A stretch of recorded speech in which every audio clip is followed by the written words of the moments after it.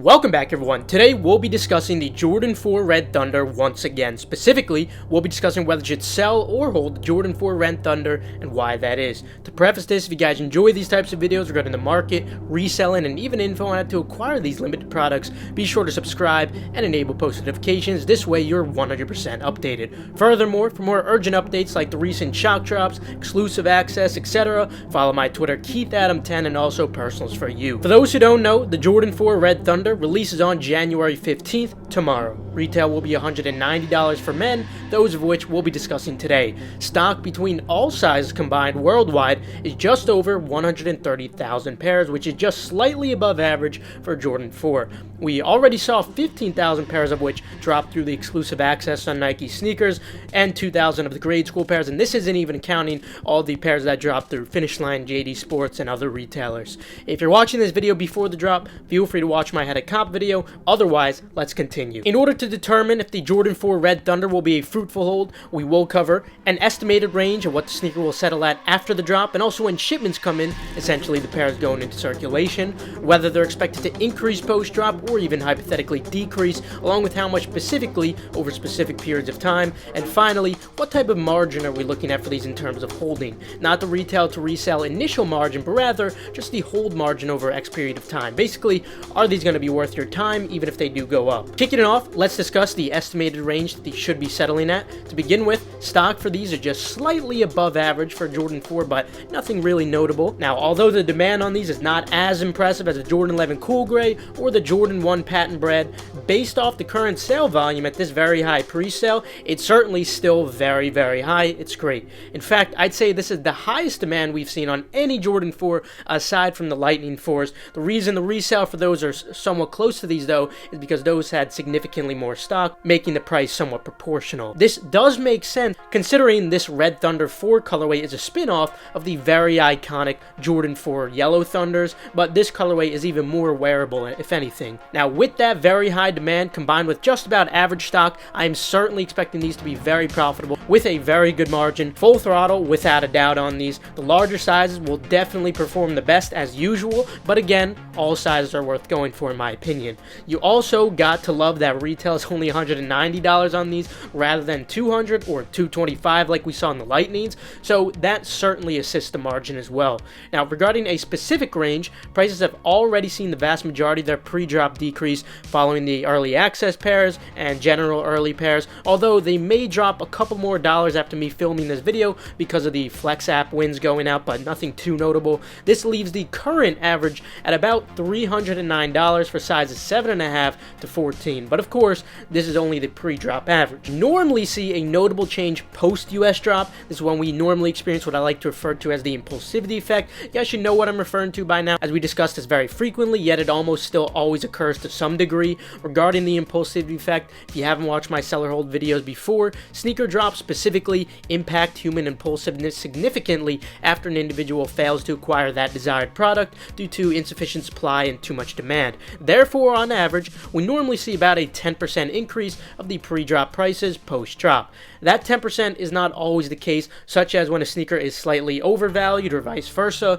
The Beluga release was a perfect example of this, where they actually decreased by 5% post-drop for the reasons I mentioned in my seller hold video, and that's precisely what we ended up seeing, and we've already hit that negative post-shipment average as well, just as predicted. On the contrary to those though, a release where we saw a positive impulsivity effect was the Jordan 1 Pink Atmosphere, where we saw the expected 5% increase post-drop rather than the full 10%. And just recently on the Patent Breads, we had that same situation with a positive impulsivity effect as well.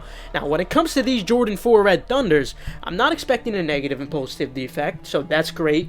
But considering the current high pre-sale, I'd say that these prices are pretty justified. May actually just stay the same at what they're at right now. Essentially no notable change. Now, after the Flex app wins do go out region-wide, we may see prices dip a little bit post-drop, but then they should recover to this same average anyway. So therefore, with that potential 0% increase, if this is the case, this will of course leave the average at still $309 tomorrow.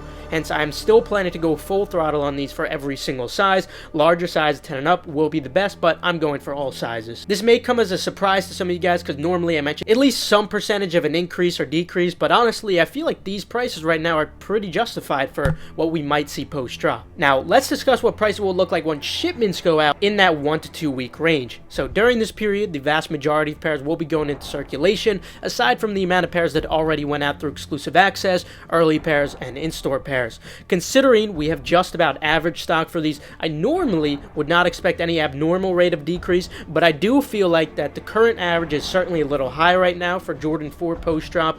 Because of that, I'd expect a slightly above average decrease of about 15% once shipments go out rather than 10%. So it's nothing too unusual, but yes, an additional 5% of a decrease. Essentially a very similar situation as to what we saw with the Jordan 4 Lightnings at first, when those first went in circulation with all their pairs. And you'll notice it's really going to be those small sizes like 7.5 to 9.5 that really bring the average down, while sizes 10 and up really tend to stay high. This decrease after shipments could potentially leave prices at an average of $263, which still leaves plenty of room for profit, so don't worry, but it is also certainly a notable hit off the post-drop prices, very similar to what we saw in the Jordan 4 Lightnings initially. Now that the average price ranges at those points in time are evident though, let's discuss whether they're expected to increase from those post-shipment ranges or even hypothetically continue decreasing. When it comes to these, I feel like some pretty useful comparisons are the Jordan 4 Lightning, as we already discussed, the Jordan 4 White Oreo, and the 2012 Yellow Thunder pair.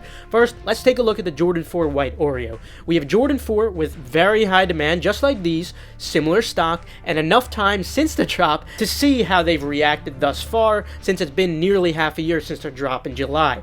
When it comes to these, they began at a very similar position as these Red Thunders, which was already quite high, but even with that said, they actually began increasing very quickly. This has certainly been a good hold thus far. On the other hand, we have the Jordan 4 Lightning, which has only very recently began a mild increase. However, it's very important to note that despite the very high demand, these also had significantly more stock than both the Red Thunders and White Oreos. In fact, Sneakers US alone had 90,000 pairs. Because of that, I think it's more likely that we'd see a faster rise, just like the Oreo 4s, rather than the Lightnings, which are certainly much more long-term oriented. Next, I also did want to take a look at the Jordan 4 Yellow Thunder that released in 2012, as this essentially just helps illustrate how high these could potentially get within several years. Now, unfortunately, it's not going to be as high as the Lightnings maybe could get, as those were certainly extremely iconic and grails for many people. These Yellow Thunders certainly got up really high, and it's very, very impressive, and I definitely think that these are no exceptions, especially because this Red Thunder colorway is even more wearable, if anything. So overall, with all three of these examples of pairs that share similar attributes, we could take away that with the average stock, these should definitely increase after the post-shipment range, and it may even only take a few months based on how the White Oreos did. We can also take away that these have a great long-term potential for several years from now, given how high the Yellow Thunders actually got to, but most likely not as high as we might see the Lightnings get to in several years from now. Finally, regarding the hold margin on these, essentially, are these actually worth your time? Although it seems evident that these may begin increasing in only a matter of months, just like the patent ones, we must note that the current resale is very high, as this unfortunately will hinder your ROI. It's even the same situation as the Oreos, considering those were just under 300 post-drop too, so despite a great rise so far, the ROI isn't anything too exceptional. But it's still good, of course, it's just that they were already so high. You have to keep that in mind, guys. However, I do also want to emphasize the very high long-term potential, just like we saw in the Yellow Thunder pair. Overall, we have an amazing potential for a long-term ROI, and pretty good potential for at least a decent short-term ROI, but nothing too great due to the already very high resale. Hence, I have decided to rate these a 7 out of 10 hold, which is an absolutely great rating, certainly above average, and that's primarily for the combination of a decent short-term ROI and amazing long-term potential.